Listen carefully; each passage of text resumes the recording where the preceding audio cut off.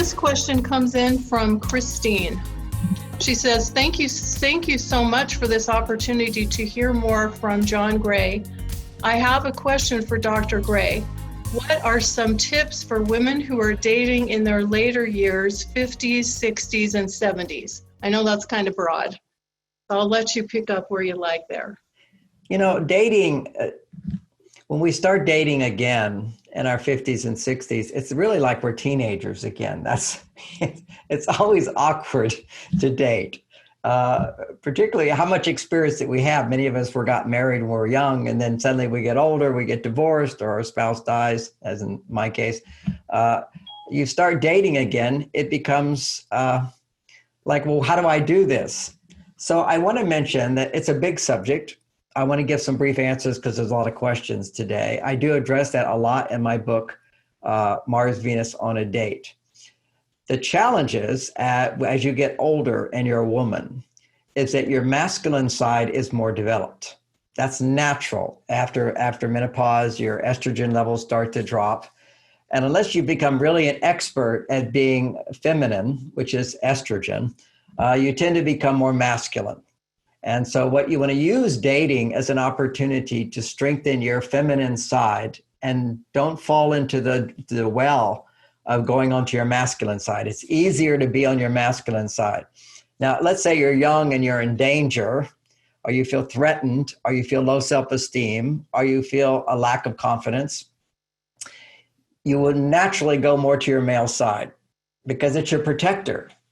Ideally, the female side is someone loving you, supporting you, being there for you. Now, none of these are absolutes, they're extremes, but one's on the left, one's on the right. We want to find the middle point.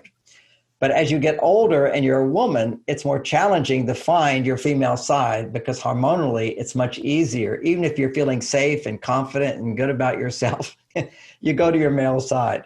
So the key here is you don't have to have the estrogen levels you had as a young woman to feel feminine. You just have to to stimulate your estrogen levels in balance with your testosterone levels, which is your more protective side, independent side, logical side, can-do lady. You can do it all.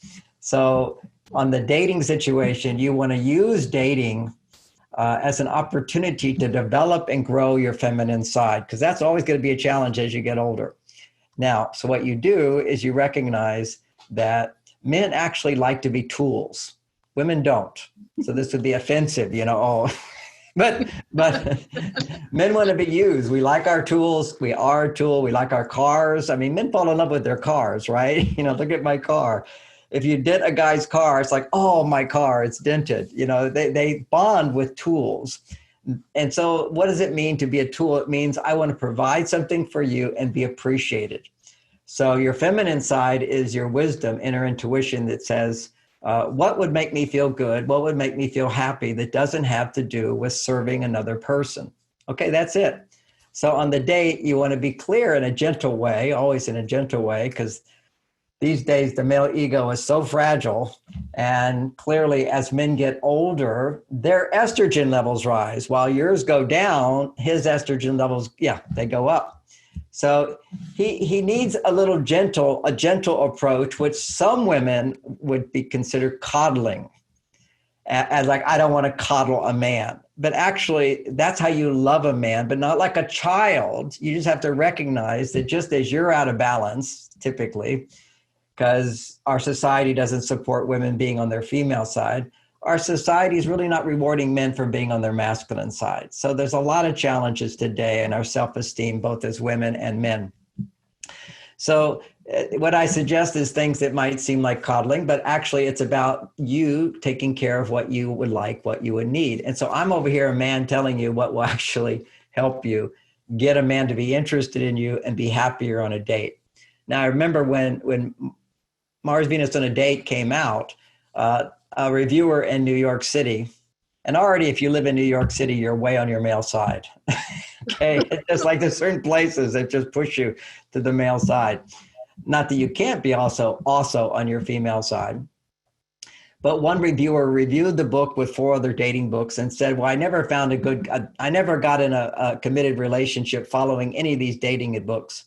But when I followed John Gray's advice, I had a great time and I really enjoyed myself. Well, that's the goal. I promise you that if you can date men and have a good time, enjoy yourself, not only will you be happy, but you will also find the right guy for you. It just takes time. Who knows how much time? It's different for everybody. But you want to create a series of positive dating experiences. Don't look for perfection. Look for positive dating experiences and use the man to provide a date for you. You want to let him know 3 options. These are things I like to do. You pick. Oh, I'll pick, he says. Don't ask him what he wants to do. It's about what you would like to do. It's about what you enjoy. Number 2, these are cardinal rules. Number 2 is when you're talking to him, make sure he talks a lot more than you. Ask questions. Oops, I reversed it around. Excuse me. That's what women tend to do. Okay. Yes. So make sure you are talking. I'm not sure what I just said, but make sure you're talking as a woman and he's listening more. Because what you do as women instinctively, because you know what you need. You want someone to be attentive to you, interested in you, because your mother taught you and you probably taught your daughters. If you want somebody to be interested in you, you should be interested in them. Actually, right. Don't ever be more interested in a man than he's interested in you. Even if you are more interested, he's probably the wrong guy then because you're pursuing him.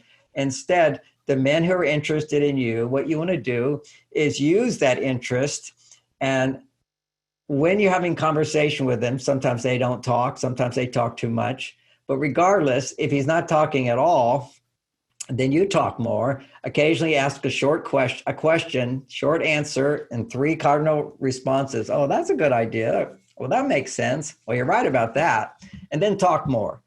The more you talk, a man can penetrate you, basically. He's going into your heart. He's into your mind. That's how he bonds with you, as long as he feels that you're appreciating that. So what do you need most to come back to your female side? The bottom line, and we'll finish up this question, is to have somebody hear you, to feel safe and express how you feel, what you think, what you want. And that means absolute authenticity. That's such a beautiful experience. But if you're pursuing somebody, trying to win them over, it's hard to be completely authentic. We have these automatic childlike reactions where we want to people please. And then we have the opposite of that for some women, which is want to argue to express your authentic self. Don't argue. Actually, practice something called making it okay for 2 people to have different points of view. And how do you do that? You just keep checking. Am I trying to change his point of view, or am I working to appreciate the difference between our points of view and appreciate his perspective? The secret with men in dating is appreciation, appreciation, appreciation. That allows him to be more interested in you and get to know you and bond with you. So hopefully that's some good advice. And that one little confusion I had, I don't know where that came from, is just simply make sure that you don't ask him so many questions, but that you talk more. And so if he starts talking a lot, how to get him to stop talking is when he pauses, say something complimentary, like, oh, that's a good idea. That reminds me of, and start talking more. So use him to take you on dates, pay for the date, and hear what you're feeling. And you'll have an opportunity to experience an increase of your feminine energy, which is the receptive energy. It has to do with estrogen in your body, and it will create greater well-being and happiness as you find the right person for you.